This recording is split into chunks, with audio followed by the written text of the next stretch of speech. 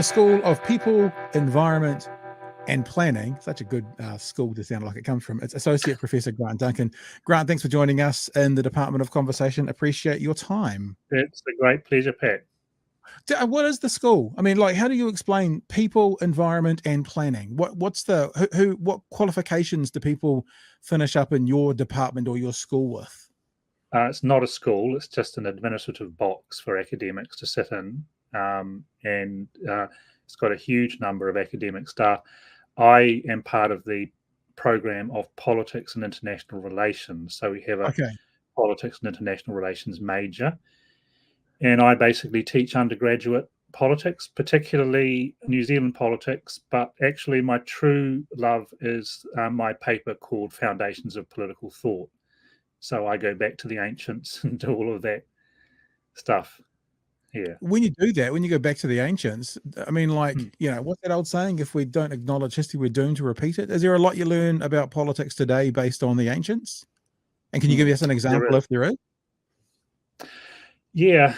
Where to start? Just to keep it brief, because I could go on for a long time. The much maligned Aristotle, there's a lot of reasons to object to some of the things that Aristotle said, but he was really the first guy to do a systematic study of constitutions and to ask what would be the best kind of constitution to get the best results for people in terms of the quality of life that they live. And as I say, there's a lot of stuff that we reject from those days and from what he said. But on the other hand, there's some enduring questions that we learn, and some, ethical and political issues that are still really important to us today. For example, what makes a good leader? What makes a person trustworthy? Sometimes in political theory, we use the word virtuous, but that's nowadays sounds sort of moralistic. But what a person like Aristotle was meaning back in the day was, what makes a person practically and ethically skilled to do the job of government at any particular level. And those are questions that they were thinking about back then. And, we're still struggling with those questions, aren't we? Because we've seen some bad examples lately. There's a lot of talk about, should we change our constitution, become a republic or something like that? These are enduring questions. So I think it's for me, it's very humbling and puts things into perspective to be able to go back and look at that history. And I just love sharing that stuff with students. It's a great pleasure. A couple of things I was going to say. What does it make to be a good leader? And I was thinking, well, if you're the leader of the National Party, I think the prerequisite is to be the CEO of Air New Zealand. That's what it makes. That's what I understand. But every time I hear Aristotle's name now, it kind of shows maybe some of my upbringing. I can't not think of Monty Python and Aristotle is a bugger for the bottle. Was with the line out of one of their songs that they did. I remember that song very well. I can probably rattle it off, but I won't right now. I also understand. Now, tell me if I'm wrong. I didn't know we were going to talk about ancient Greek when we started this conversation. But one of the theories that I've heard, or one of the practices that I've heard, tell me if it's true or not, that in ancient Greece, they used to elect 500 volunteers. Like, you had a role of duty to be sort of a parliamentarian. And so they pulled 500 people out from the public. I don't know what the term was, every year. And those were the ones that made the laws and sort of governed what went on. Is that right? And how different is that from, it's like that old saying that the wanting to be a politician should be a prerequisite for never being a politician. So pulling these people from the public and getting them to decide seemed to be how they did it. Was that better? Was that worse? Or was that just different? Really good question. To sum it up briefly, we talk about Athens as being the birthplace of democracy.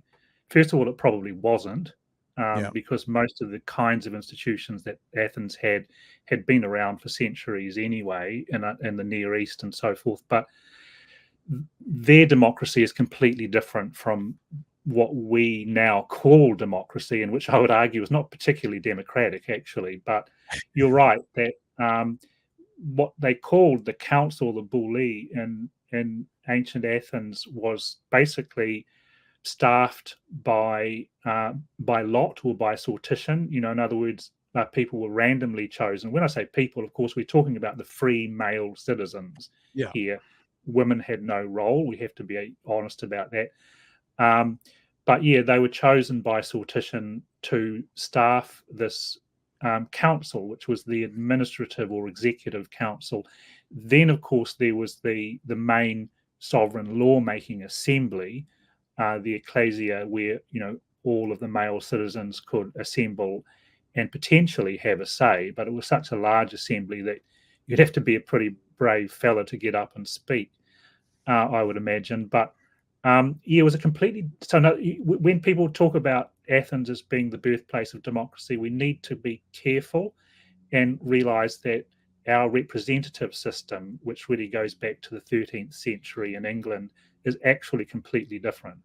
And you could argue that it's not especially democratic because your average citizen actually has no role in it and doesn't even know what's going on half the time, It's often one of those things when we say the average citizen doesn't know what's going on half the time, when people are so certain on decisions that a government has made, but they have no idea why it was made or the flow on from that. We often hear about things like, especially financial decisions, but we don't know necessarily why a government has had to make that decision, good, bad, or indifferent. We just see the end result and we either celebrate or complain on that end result, but we have no idea of the process for the government unless they explain it in great detail. But even then, you don't really know about the debate that's happened in the chambers, behind closed doors to get to that decision. So I guess that's why on some level, not to sound like an oversimplified, naive person, we elect the people that we think are going to do the best job to represent us in the country. And if they don't, we give other guys a crack because we can never know all that information that they know. No, you're absolutely right. And the sad thing is that these days government is, in a sense, more transparent than ever, in the sense that you can go online and at home and read an awful lot about decision-making processes and consultation processes and so forth. But most people aren't bothering because there's far more interesting things to do. And so we tend to have a sort of vote and forget system where we get to vote on the people who we think are going to lead the country in the right direction. And then, it could be on the flimsiest of grounds, just because I like that guy and I don't like that person and so forth. And then we can go away and forget about it and maybe grumble when something we don't like happens. And so actually our system is based on a huge amount of trust because we're entrusting so much decision-making power in the hands of actually a small number of people. Yeah. And I mean, like when you often hear that politicians don't read the 400-page bill that's led to that decision, how can you be expected to be in the public and not just read that 400-page bill, but the 400 submissions that came in before it to get to that 400-page bill? So I get it. Look, the last time we were together, it was 3 months ago when you came and had a chat with us on the Big Hairy News show. We talked about, there was a story that week that we were covering and that you had commented on about the bias in the reporting of polling in Newshub. I think it's fair to say, correct me if I'm wrong, we weren't saying that the polling was biased.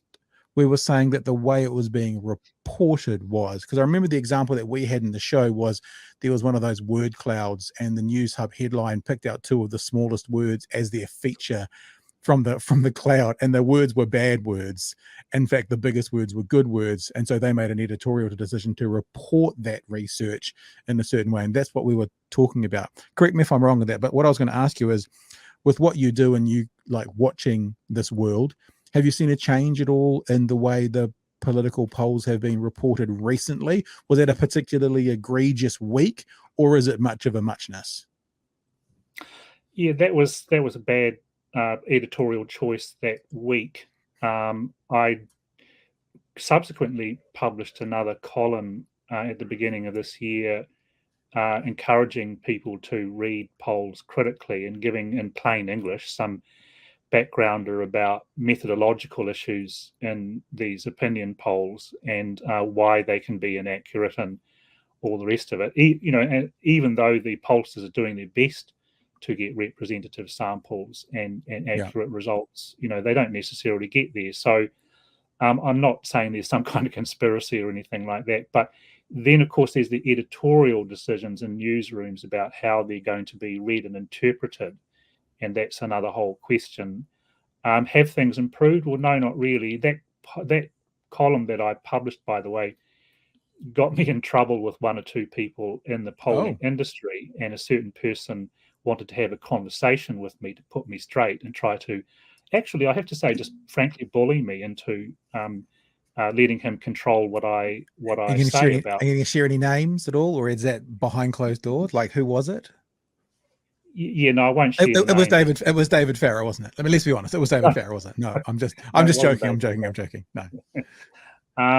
But no, it was an attempt actually to bully me into, in the sense that this person tried to question my expertise and then said that he should have some control over what I write in future.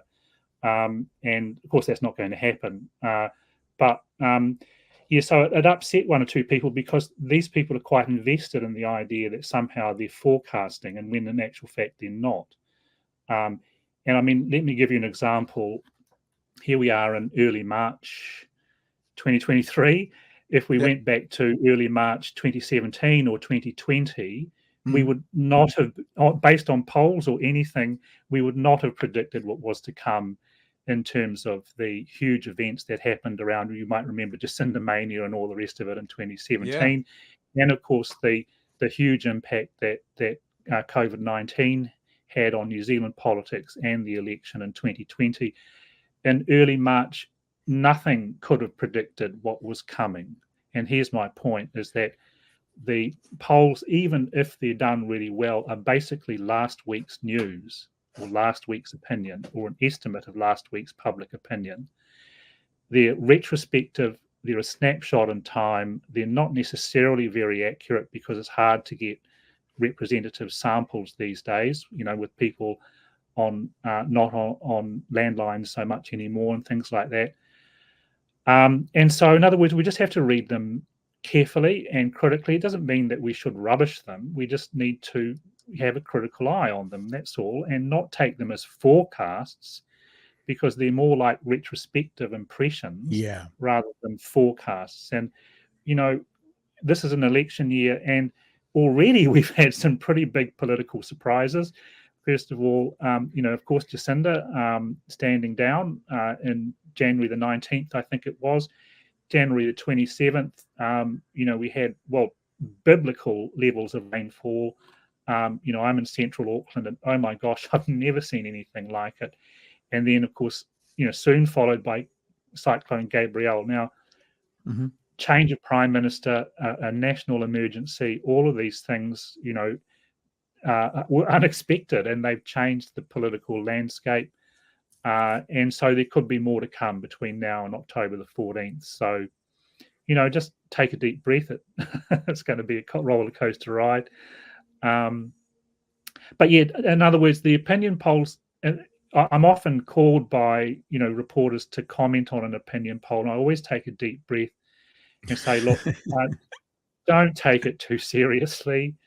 A change, you know, there might be a shift of, say, 1% in Labour's polling or something, and people go, oh, you know, Labour's ahead and all the rest of it. Nah, 1% means nothing. It could just be random variation. Forget about it. So, yeah, just read them critically. But they do, however, they're kind of useful. I find them useful to look at the overall trend. And that was my criticism of that, the interpretation on News Hub that time of the Reid poll, is that they were only looking at the Reid polls and not the trend in polls in between the different Reid research polls. So they were reading them out of context, and these polls are only useful when you look at the trends, and even then you can be a little bit misled, and if you get too hung up on them somehow being an accurate representation of public opinion. No, look, and just to explain to people super quickly, those Reid polls were quite a distance apart. So comparing that one to that one, there was a distance, but then there was several in between them from other groups. And this poll actually represented the ones that were closer to it that weren't Reid polls. So looking at the poll of polls, as they say, it wasn't that uncommon. And I guess they were selling it as, oh my gosh, look at this terrible change. It's like, well, it's a change from your last poll, but that was quite a long time ago. but all the polls between now and then have been showing the trend towards this, so it's not that big of a deal after all. One of the things from our last conversation that I wanted to pick up on, I'm going to play something as well, more to get your comment on, because we did a bit last night in BHN on the Tucker Carlson releasing the QAnon shaman footage. And I don't know if you've been following that or not at all, or seen that at all, because one of the things we talked about, and I've written this down, something that you said, is the way in which media are trying to create the narrative rather than report the narrative. And that was one of the criticisms. I want to show this to you, and I'll show this to people as well, because we did do a big bit on this last night, but something has come to my attention more about this situation. Now, for those who don't know, this is the QAnon shaman. If you're watching the video footage of this, he's the guy that was kind of the face of the insurrection.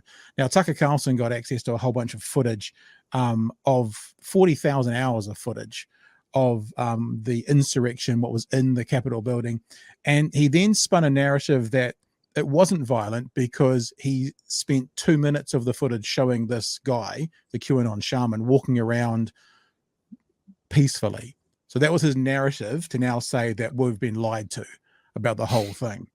Now, this is a situation where people who can see the footage, you will see, and this is, I missed this last night, so we'll include this today, but also to show people about the narrative idea that you talked about last time with me.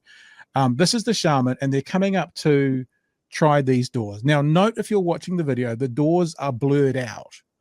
Why are they blurred out? Well, I have a suspicion about that, and I'll tell you soon. I'll just play about 10 seconds of this and listen to what Tucker Carlson says. Here's video of Chansley in the Senate chamber. Capitol police officers take him to multiple entrances and even try to open locked doors for him. Right. That's all I need to play for you. Because what Tucker Carlson said very clearly is, here's Chansley in the Senate chamber. Listen to it again. Listen to what he says. Here's video of Chansley in the Senate chamber. Okay, I'll pause it there for those who are watching. He says, here's Chansley in the Senate chamber. We have eyes. That's not the Senate chamber. That's an exit door, if anything else. And for people who are clear, this is the Senate chamber, if people are watching. It's where the senators sit to make decisions. Here are photos of the Senate chamber. Tucker Carlson just literally said, here's Chansley in the Senate chamber, whilst they're showing them in the corridors of the Capitol building. Now, I would actually submit that this door here, which Fox News has blurred out, why have they blurred it out? I would submit that it's probably an exit door. Here's another photo looking through a metal detector for people who are watching, of Marjorie Taylor Greene. But behind her, you can see those wooden doors with the glass panels in them. I would submit to you that this is actually a door to exit the building. I would submit to you that what the police officers are trying to do is get this guy out of the building. They've gone to an exit door and it's been locked, so they've turned back. However, the narrative that he is making rather than reporting the facts, I would submit are, we'll play it again. Here's video of Chansley in the Senate chamber. He's not. Capitol police officers take him to multiple entrances and even try to open locked doors for him. Okay, it's not an entrance to the Senate chamber. I would submit that it's an exit door and they're trying to walk him out. But I thought that was a really interesting example of what we talked about last time, of the media creating a narrative rather than reporting it. Now, I don't actually know if that's 100% an exit door, but he's definitely not in the Senate chamber, which is what Tucker Carlson said. And I guess I wanted to pick up on that with you as well. You're welcome to comment on what I've just shown, but I guess what I've shown is an example of what we talked about last time, and I'd love to talk to you about the media creating the narrative rather than reporting it. Oh, well, Tucker Carlson is an extreme example. I mean, he just invents stuff, and that's, I think I agree with you that he's pushing a narrative there. And I remember on that day, I just happened to get online, wasn't realizing what was going on, and started watching what was happening in the Congress because I was interested in that moment, and then literally saw it happen live and followed with my jaw dropping to the floor while that whole thing unfolded. And it was violent. You cannot pretend that it was not a violent insurrection. And so to try and spin some kind of narrative like that is, well, it's not unusual, of course, for Tucker Carlson. He does it all the time. But it's extremely wicked. It's downplaying the sheer violence of that mob, and it literally interrupted the constitutionally prescribed process that was going on in the Congress at that time to confirm the Electoral College results. And, I never thought I'd ever say anything in praise of Mike Pence, but good on him for sticking to that constitutionally prescribed process and seeing it through, even though there were death threats against him at that time. So, that's a really extreme example. But I think part of the problem that we have is that, and if I can get back to New Zealand, it was a process that, in my recollection, really started with people like Paul Holmes back in the 1980s, where the interviewer became the focus of attention, not the interviewee or the thing that they're talking about. The era of the celebrity interviewer, and Paul Holmes was one of the early examples of it. But if you go back, people in the UK like David Frost and Michael Parkinson were early examples of that whole trend, where the journalist or the broadcaster, the Mike Hosking, for instance, is the attraction, not actually what's really going on. And so these people are given free rein to espouse theories and make up narratives and pass judgment on things on behalf of people. And they're often very, very persuasive. They're not always wrong. But I think one of the worst examples in New Zealand recently, of course, was the downplaying of Cyclone Gabrielle as it was approaching New Zealand. And that sort of thing is not just, it doesn't rate as journalism. It's just speculation. It's not just that it's sort of people creating a narrative out of nothing. It's actually dangerous. People can lose their lives by being misled by people like that. I'm not saying that anyone did lose their lives because of what was said on News Talk ZB that day. But however, this doesn't rate as journalism. This is just irresponsible broadcasting where people are potentially being misled into going, boy cries wolf, it's nothing, I'm going to go out there, and then whammo, you get it. And because often, because the fact is that sometimes these cyclones come and they do fizzle out. It has happened before. So Hosking and Hawkesby that day, I think, are guilty of irresponsible broadcasting. And but you see it a lot. Yeah, it's like where it becomes more about the celebrity interviewer or broadcaster, and they become the attraction, so to speak. In fact, you look at the advertisements for some of these news channels like TVNZ, they're advertising the person behind the microphone, not, It's kind of hard though as well, isn't it? Because I 100% agree with you, and it just makes me think of that television show Newsroom, which we all loved so much. Aaron Sorkin's show that he brought out several years ago, when the newsroom decides to go back to focusing on news and less about the culture wars of the day.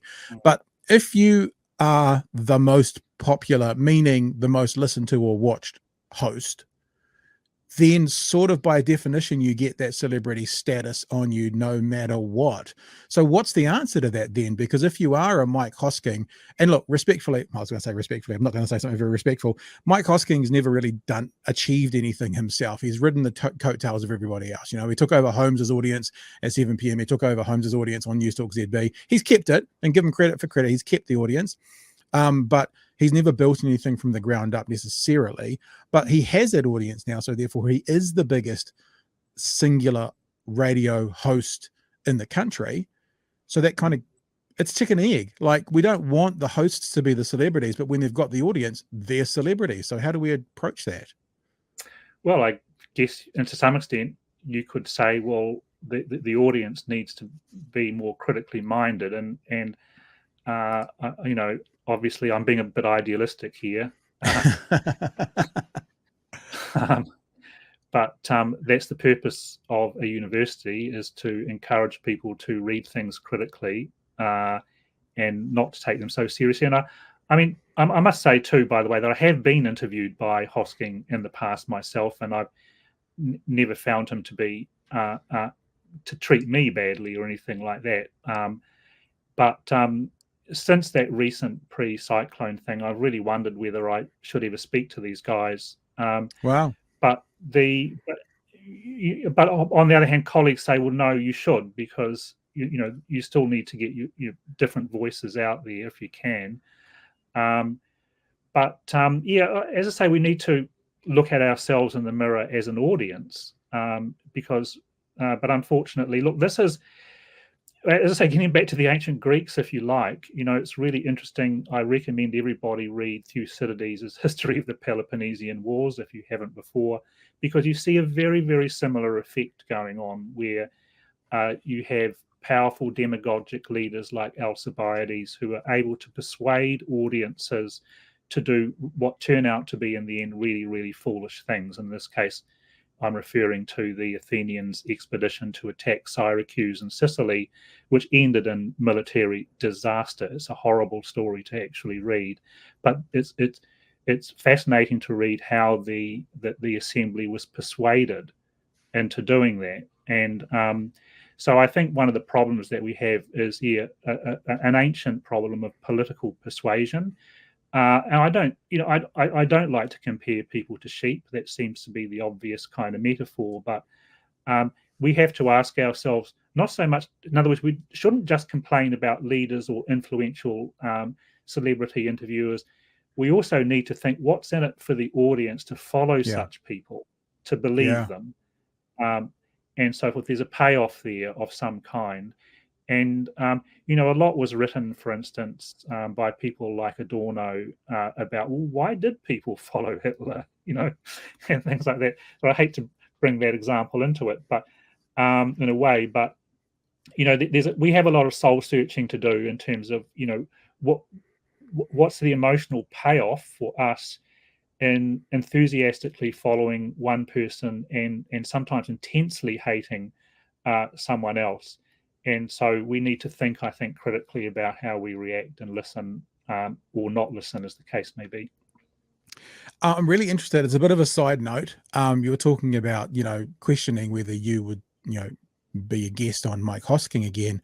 In the world of academia, and you must talk to your colleagues about this, how do you draw that line? Like, I wonder why the hell anyone goes on Sean Plunkett's show, for example, because he typically seems to get people on who he disagrees with, and he tries to paint it as an open and honest dialogue, and then he just shouts at them, talks over them, and won't let them out. Like, I really do wonder the line in the sand between like a Hosking, contrarian, but we can still get our message out to a big audience, and someone like Plunkett, who is basically, I don't know, evil personified. I don't know, my words. And it doesn't seem to serve any purpose. Although, like, I heard Niwa on with him the other day, and he was shouting at Niwa, and it's like around Cyclone Gabrielle and that sort of thing. I wonder, where is that line, and how do you decide as an academic, this is too far, there's no point going on there, it's not going to serve the greater purpose?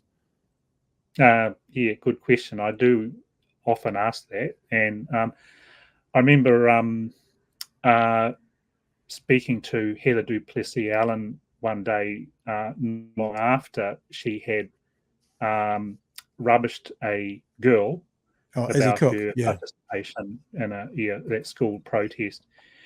And I was talking with the person, the backroom person before that. And I just probably said, setup producer. Yeah, the person who rings you in advance. No, I said, look, I noticed that, and that was wrong. And I'm not going to say anything about it on air, but I just want you to know that I disapprove before I talk with Heather. Or I'll still talk with her, but I'm letting you know that I disapprove. So there is, I think we have to get our message across like that. But it with some of the, I think particularly with news talk, I am having questions now. But on the other hand, as I say, I've never been asked to speak to Plunkett, and now that you've mentioned it, I hope I never get asked. But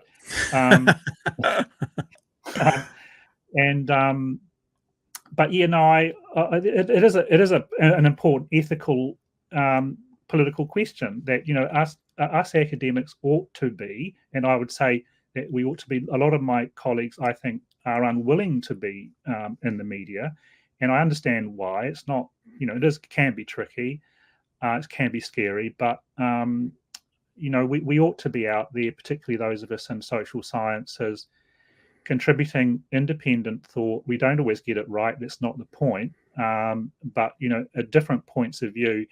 And if we can get a different point of view out there to the News Talk audience, well, then that's not a bad thing. Otherwise, because that's the flip side. Yeah. That's the flip side. Even the Plunkett situation with his QAnon alt-right conspiracy theory lunatic audience, if people don't speak to them with a contrary opinion, then they never hear it. So I can see both sides, but when I just hear him screaming at people, I'm like, yeah, well, that seems to be, I mean, if he was like genuinely looking to engage and like, being a gracious host and being the opposite position, that's one thing, but it's more the abusive rhetoric that I wonder about. But anyway, let's not talk about him if I was further. abused by a reporter online, I would simply never speak to them again. I did refuse to speak to Paul Henry once after that appalling interview he did, where he, it was obviously set up and he'd had a few to drink, but then he was reported as saying some really quite sexist things, and it was just like, mate, you just gone too far. And I just said, no, I'm not talking to that guy. So yeah, I do have limits, Right.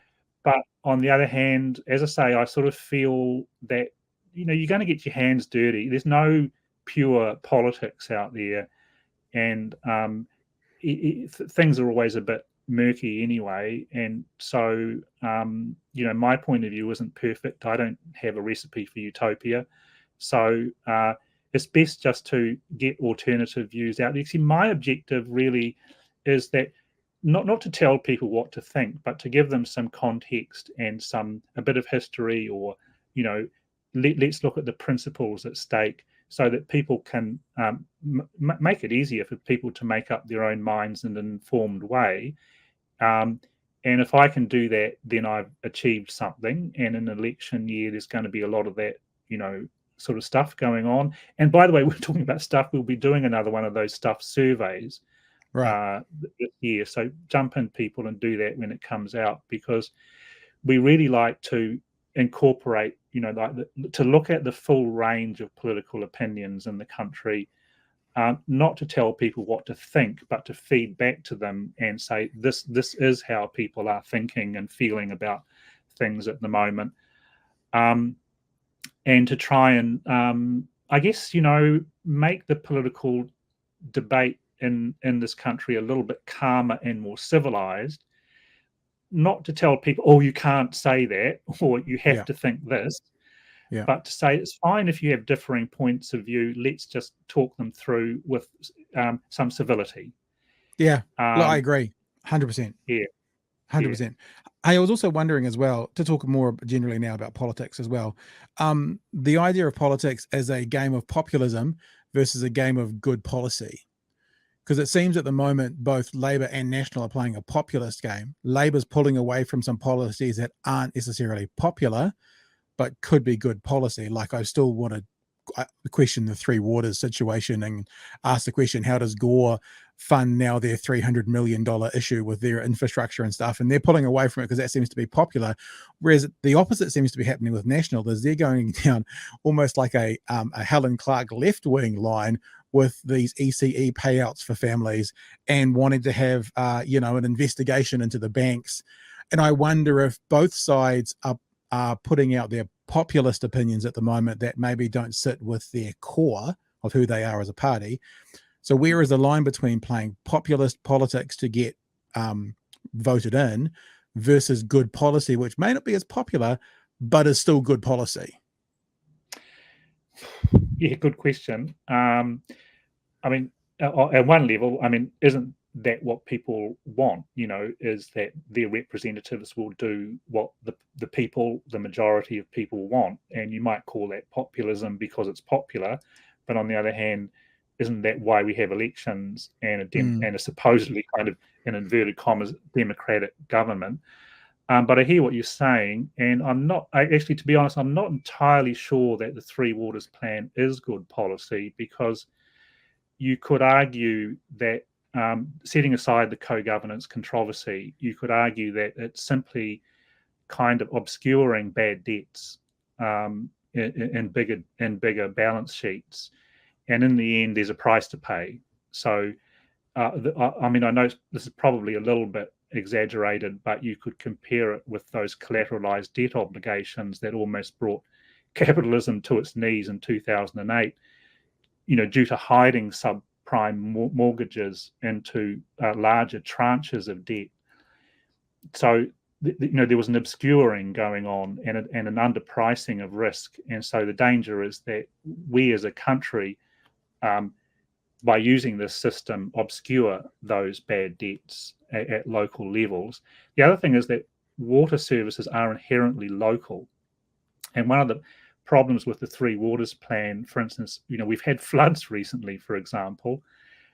Councils are still going to be responsible for flood management and for dealing with the consequences of floods, stop banks and things like that. But they're going to have control of the stormwater drains taken away from them. And so it sort of cuts right down the middle of what's actually turned out to be a really, really important question. So no, I'm not entirely convinced actually that Three Waters is good policy, but I understand what you're saying is that it is trying to address. Let me just expand on something small, just to make sure people are clear on what I'm saying. What I'm saying is the current system is broken, and there needs to be a solution. And local governments have not injected the money for the last 50 years to stay up with it.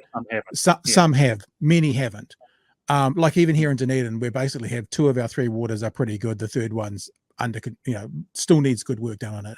So when I say good policy, what I'm talking about is especially for places who need it, who literally have no other way of getting it other than being centralized, because Gore can't afford $50,000 per ratepayer for the next 30 years. It's just not possible. That this is a solution. Now they're moving away, and we've said all the way through the last 6 to 12 months that I think one of the problems is it hasn't been communicated very well, and it hasn't been a very good relationship between central and local government over it. But the idea that something needs to happen, here's a solution, now that they're running away from it because it's rating poorly in the polls, rather than either fixing it or communicating it better. So I don't want to make it seem like I'm sitting here with, yay, Three Waters is the best thing since sliced bread. But I guess what I'm saying is it feels like the reason they're dropping it is not because the bigger concept was bad conceptually to fix a bigger issue, but the reason they're dropping it is because people don't like it. That's the populist kind of thing that I was wondering. Just exactly. to put out there what I was thinking. Liking it, people's reasons for not liking it are not necessarily very good reasons. No, especially when you get groups like Groundswell, muddying the waters, all 3 of the waters actually, and you can see fairly heavily that a lot of the groups are opposing it as 100% because of co-governance, because of but also, hang on, farmers are opposing it also because they're not on town supply, so therefore they don't want to pay for something they don't use. Sure, but that's a ludicrous thing for farmers to think, because all of us pay for things we don't use all the time. I spent 10 weeks speaking to the mayoralty candidates for Dunedin coming up to the last mayoralty elections, and all of them were against the current Three Waters system, but many of them were talking about, why should I pay for their next door? And then some of those same people said, we need better public service in Dunedin and government should pay for it. I'm like, what the fuck are you talking about? That means other people are paying for so you won't pay for someone else's water, but you want other people to pay for our public service. It doesn't work that way, and we constantly are paying for things that we don't use. So I don't find that as the kind of gold standard, so that therefore being my argument wins, because there are probably hundreds of things that the government pays for that I don't receive. I mean, any kind of taxation for families, for people who don't have kids, that goes on and on and on and on and on. So, I mean, I know what you're saying about what they're saying, but I don't find that necessarily a strong argument against it. No, and I think what you're trying to drive at here is that ultimately there's a huge problem that we actually have to deal with. Yeah. And I think that's really the essence here, isn't it? It's not just water. Yeah. There's a whole lot of other infrastructure issues that we're simply fudging and not dealing with, and we're putting it off, going, oh, that's too expensive, oh, we can't afford that. But then on the other hand, we can't afford the consequences of doing nothing about it either. All those mayors, all those same mayoralty candidates, all were like, 3 waters is ours, we're going to keep it. But none of them therefore then said, and your rates are going up by 30%, because that's actually the addendum they should all be saying. Yeah. No, the other thing, well, in Auckland, we pay user charges, and that's been the case since the big water shortage back in 1994. And that was the solution. Well, part of the solution was just to charge people directly. And that, for many people, would be a bridge too far in a lot of parts of New Zealand. And so there's this assumption that we should just have water for free and it should be drinkable out of the tap. Well, it's great if we can have that, but people have to realise it costs money. Yeah. So look, jumping backwards, not to get into a debate around 3 waters, the goods, bads, and difference, but the idea of, because sometimes good policy hurts, whether it's a taxation or hurt, and sometimes we don't like it, but it's the right thing to do. I mean, we could look to COVID, and even though there's lots of controversy around was it the right or wrong decision now, I think you can see by our death rate. I mean, I would like to say that publicly, that because of it, even though our numbers and our per capita numbers of infected people has gone to most of the Western world, our death rate is so much lower. I think that harsh thing that we were forced into doing was worth it, based on more New Zealanders that are alive today than would have been dead. So I'm okay with saying that hurt and that was harsh, and there was a reason for it. So some good policy hurts. It seems like an election year, and it seems like both parties are doing it at the moment, are running towards what's popular, even if it doesn't sit with their political brand. Like, for example, let's regulate the banks. National saying this the other day, or let's look at regulation for the banks. That's probably one step too far to say let's regulate. Or the basically working for families for ECE payments from National. That's not a very national policy. I'm wondering what you think about how that sits for, authentic sort of a political core statements versus, we often hear about the lolly scramble at election year for everyone to just like, we're going to buy your vote. And look, it is basically buying your vote, saying if you get us in, you're going to get this benefit. So what do you think about those two things? What do you think about those two things? I'll leave it. Here's the end of my question. With the family boost one, it was definitely national raiding traditional Labour territory, wasn't it? Yeah, totally. And the other thing about it is that it targeted the family, not the individual. And so usually National Party solutions tend to be more individualistic. And but of course, the other thing about it is that it would mean, or will mean, if it gets implemented, that the money would go directly into parents' bank accounts, and they'll see that money, and they'll kind of go, so it's a direct payment to the parents. So it will matter. But yeah, it does sound uncharacteristic of National. You could argue that it's a symptom of something that's actually good about the mixed member proportional system, is that it tends to make the major parties more centrist rather than to polarize them. And so they start competing for the same ground. And so often National does get accused of shimmying too far to the left. And Labour gets accused of shimmying too far to the right, but you end up with a kind of centrist consensus, and then people complain, oh, they're so boring, they're all the same. But would you rather have US-style polarization? You decide which is worse. So yeah, there are those sort of symptoms. And I think what you're getting at here is that this tension between what technically is good policy, which may actually hurt, because you have to say to people, look, particularly around these big ticket infrastructure items, and we're feeling the pain of poor infrastructure at the moment, particularly on the East Coast, where we really ought to say to people, look, we're really behind on dealing with these issues. There's a huge bunch of bills that we've got to pay to raise the capital, to hire the people, the engineers and the road workers and so on and so forth, to get these jobs done. It's going to cost an awful lot of money. I mean, Auckland must be one of the only sizable cities on earth that doesn't have an efficient public transport connection with its international airport. And And we still bicker and moan about actually getting that job done because, oh, it's too expensive, and and so on and so forth. So we tend to balk at the expense. And yes, it's not cheap, but I think the typical problem with New Zealand is that we're constantly cutting these corners. We don't want to invest, and we end up not doing things, or doing things on the cheap, building roads on the side of fragile hillsides, which then collapse in a heavy downpour. You live with the consequences. It costs you sooner or later, one way or another, doesn't it? So, I just personally, I would like it if our politicians would be a little bit more honest with us. I think you're right, and say, look, let's do some serious policy work here, and say to the public, if you want first world infrastructure, this is what it's going to cost you, and our policy.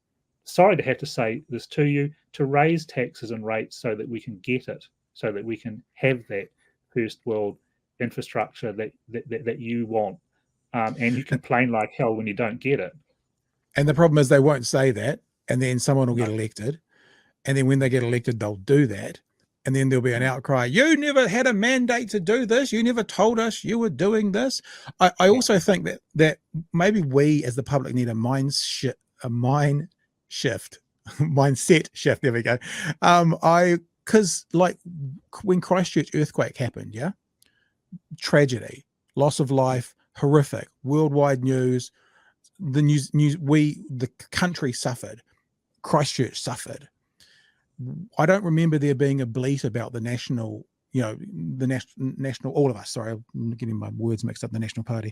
I don't remember a bleat about like we don't want to pay for Christchurch, because it was this event that shocked us.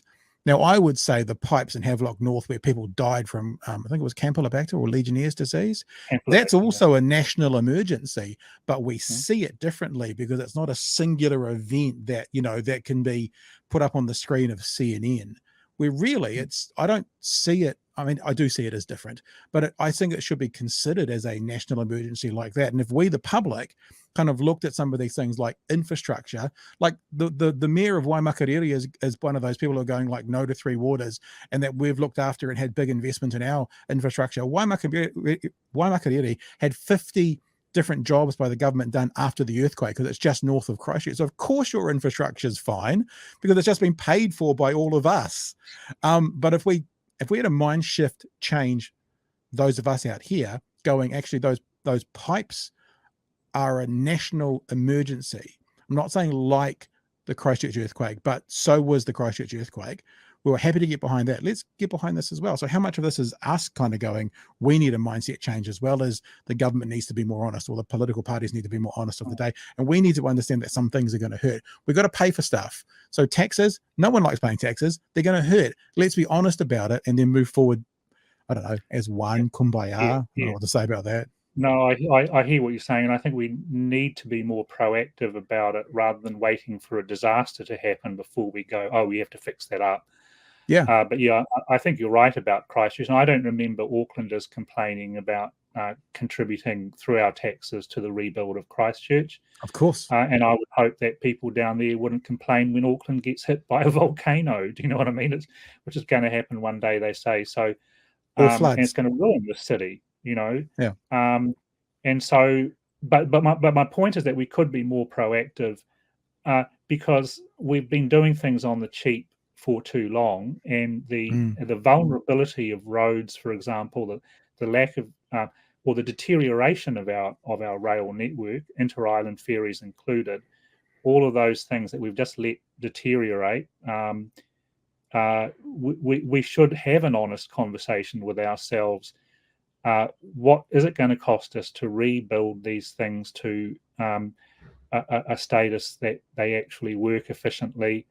I once actually got the train down from Auckland to Palmerston North, and frankly, I'd never do it again. It was not a comfortable trip, right. But my point really is that we're not thinking proactively. Why wait for the disaster to teach us the lesson? Because it's going to cost us sooner or later.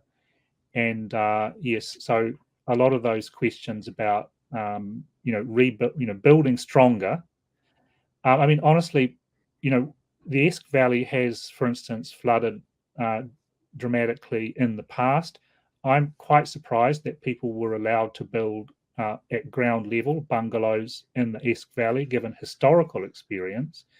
But if you were to insist that people build on stilts with flood refuges on top of their buildings, they would have complained like hell about nanny state, yeah, and regulations and all the rest of it, too expensive.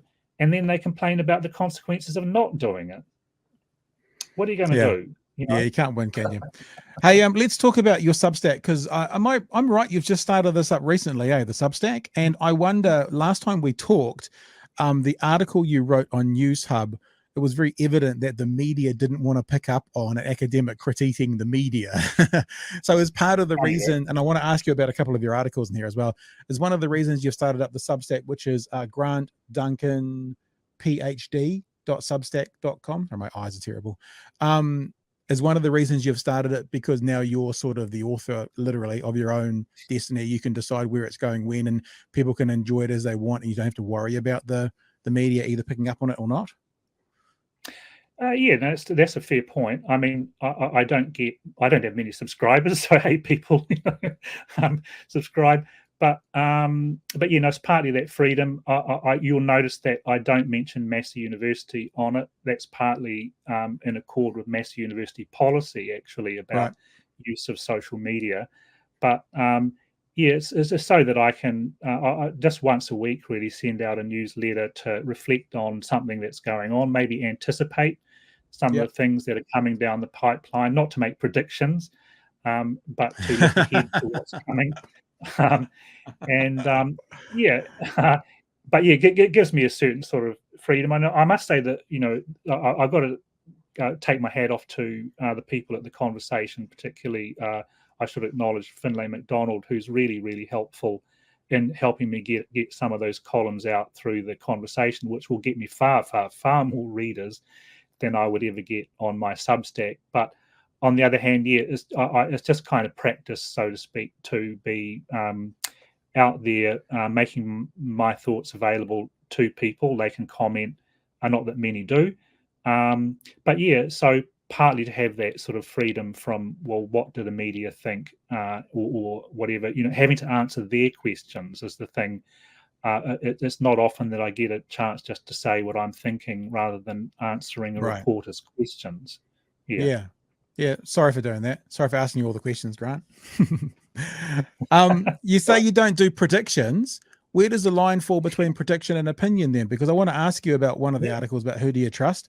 And we talked about this in our BHN through the week. I do another podcast with comedians, and I talked to Radar this week, and we talked about when you say something with confidence and you say it loud enough, people believe you. And he was talking about, as a comedian, you stand on stage and you talk about what happened to you just as you were driving into the show, and people believe you. What they don't realize is if they had turned up the night before, that would have happened as you drove into the show the night before as well. Funny how that happens.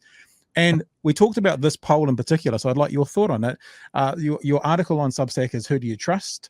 And you say that 53. So a redone poll on 22nd to 27th of January asked whether respondents trust each of the two major party leaders, rounding out the figures. 53% said yes and 27% no for Labour leader and Prime Minister Chris Hipkins. The rest didn't know. 37% said yes and 44% said no for Nationals leader Christopher Luxon.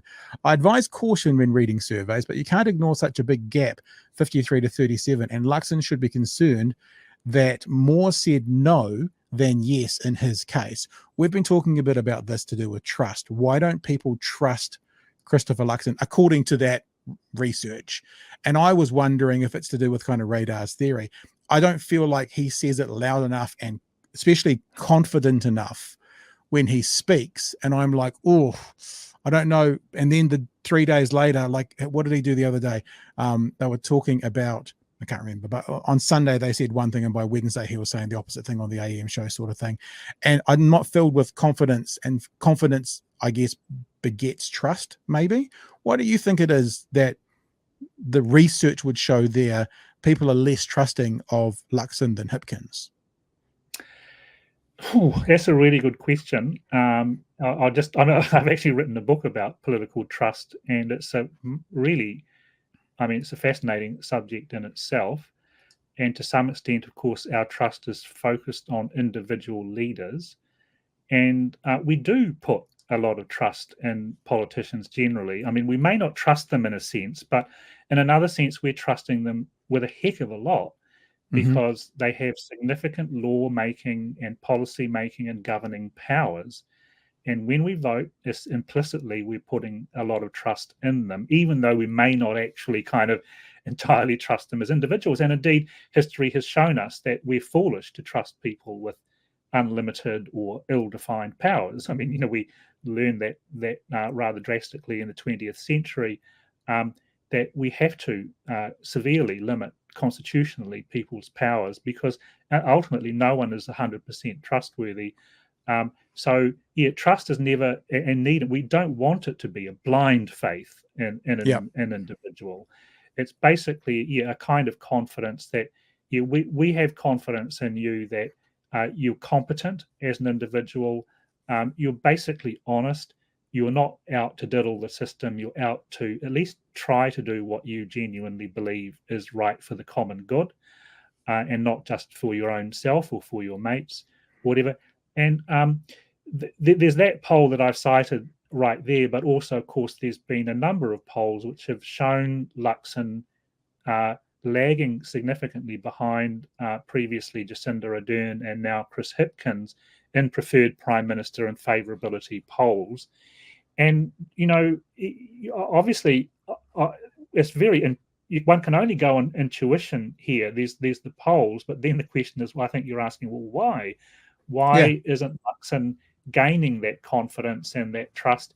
And I can only really go on the sort of things that just talking to people or looking at right-wing comment in particular on Twitter, for example, is quite revealing that, a lot of right-wing people are saying, for example, just from my own, limited observations, that they see him and National as becoming too left-wing, too woke. Right. Or I love that term so much. It means absolutely nothing, and nobody understands it when they use it. It's fantastic. Sorry. I know, but people use it with great confidence. Yeah. They say it confidently and loudly, Grant. But I think my impression is that he's failing to come across with a certain kind of authenticity. And then there's another question in the back of my mind, well, does it really matter all that much whether he comes across with authenticity or not? Does he have sensible ideas for running the country? Getting back to your point before about good policies compared with what's popular. So there's a real kind of a whole range of issues bubbling around in us, isn't there, about how we respond to leaders, particularly in this sort of hyper-mediatized age where the face and the voice of of political leaders or all sorts of people is brought very directly onto our screens, just like we're doing at the moment, and stuff like that. So we get quite a visceral reaction often to individuals, which is not necessarily, well, actually a lot of the time it's simply not rational. And there's decades and decades of research behind this about what people frankly call political ignorance and the irrationality of the average voter. And a lot of political scientists are kind of saying, well, it's sort of rational not to fully rationally understand what's going on and just to vote with your gut, given the amount of time it would take to make a rational decision, whatever you mean by that. And so, but yeah, so in other words, these polls based on a kind of subjective opinion about the favorability, confidence in, trust in, or likability, whatever, of a particular leader are actually important. It's a subjective thing. And so our answers to the question as to, well, why isn't Luxon managing to cut through, so to speak, and gain that confidence? I mean, you compare it to the sort of electrifying moment in 2017 when Jacinda Ardern took over the leadership of the Labour Party, Obviously, not everyone liked it, but certainly on the left, it had this kind of, there was this moment of electrified, yes, I want to, we were running one of those stuff surveys at the moment, and you could see the Labour supporters piling in, saying things like, yeah, I'm going to vote Labour now because of Jacinda, and so forth. So she just had that effect. And ironically, she's also, they might be saying, I'm going to vote Labour now because no Jacinda. That might be what's happened recently, what we're seeing in the polls. It's interesting that just, 5 years apart, it's gone from, and I don't know this, I don't have the research, but the way that Chippy got that boost, and that, like, it would have been, I don't care how National spins it, it would have been devastating for them to have Chippy in his first preferred Prime Minister poll be higher than someone who's been working on it for a year, basically created an atmosphere to help get rid of Jacinda, and then still was number 2. That is devastating. And I remember what it was. It was actually the Three Waters conversation where the National Party representative came out on Q&A and said that rates would not go up. And then by Wednesday, Mr. Luxon had come out saying rates will go up for some people. So that's what I'm talking about when I'm talking about the confidence. The messaging doesn't seem to be there in that. But yeah, I'm my co-host on BHN, Chewy, has been saying since last year, middle of last year, he thinks that Luxon will be rolled before this election. And when these little things happen, I'm like, no, I still don't reckon. I'm not in agreement with you, and we're not going to predict, Grant. But but when you see these things happening, you go, I can see where at least your perspective could come from, because yeah, it seemed that in October, November of last year, this was Nationals to lose, and she's certainly game on, if nothing else. Right now, it's a fair fight. And that's amazing from where it was. Yeah, I was just responding to questions about the Taxpayer Union Courier poll that came out yesterday, still showing, Luxon's favourability right down there compared with Chippy's. National ought to be really, really worried about that poll result. It's just because in the party opinion poll, National and Labour are kind of neck and necking, it seems. But you look at the comparison, thanks for bringing that up. Chippy, he's up there, but Luxon really struggling around sort of a kind of almost a negative. It is negative 2, I think. Yeah. That should really be worrying National. I mean, if David Seymour, and I know that you're very impartial when it comes to your commentary, so I can say this, you won't. If David Seymour is more favourable than you know there's big problems in the world. You're not supposed to laugh at that, Grant. You're impartial. Very clear. That's right. But I think David probably has more fans than I do. Yeah. So it's cool. Yeah. All right. It's going to be a fascinating run. And look, I'm a bit like you. We talked about this poll last night, the Courier poll. Tell me this then. I mean, not to continue the conversation because we're wrapping up now, but am I right in that Courier often leans a bit right in its results, like in its trending? Because if I'm right in reading that through, that Courier often leans a bit right, then this is even more of a not such good result for National. It's an indictment, really. And I mean, as I say, we can all have our own subjective opinions as to why Luxon is failing to cut through, failing to get that that kind of positive response from people. People often compared him initially to John Key, but he's just not having the effect that John Key had. God knows why he had it. But, he's the John Key that you don't want to have a beer with. Remembering that old saying about John Key. So, National ought to be really worried about this. So, well, anyway, look, it's still a while to go. There's plenty of opportunity between now and the election for Labour and Hipkins to screw up somehow, or to people just to get tired of them. It's possible that their presence at the moment in the polls has got a lot to do with the national emergency. For sure. And so forth. So that tends to give an incumbent government a bit of a boost. But as I say, there's plenty of time between now and October for people to start to, that confidence to wear away, and to get people to maybe to just get tired of Hipkins, or the opposite. I don't know. Events, dear boy, events, will overtake one way or another. Yeah. Hey Grant, it's been an absolute pleasure having you in the episode Thank today. Let's tell people again, if people want to see your meanderings, your readings, the Substack is called Politics Happens. Free. And it's free. It's free, so there's no paywall at all. A lot of people put paywalls on their Substack. So Grant Duncan PhD .substack.com is where you find that associate professor from Massey University, Grant Duncan. Hey mate, it's been such a pleasure. Thank you so much for joining us today. It's been a blast. Thank you. Great talking with you again, Pat. Yeah, take care.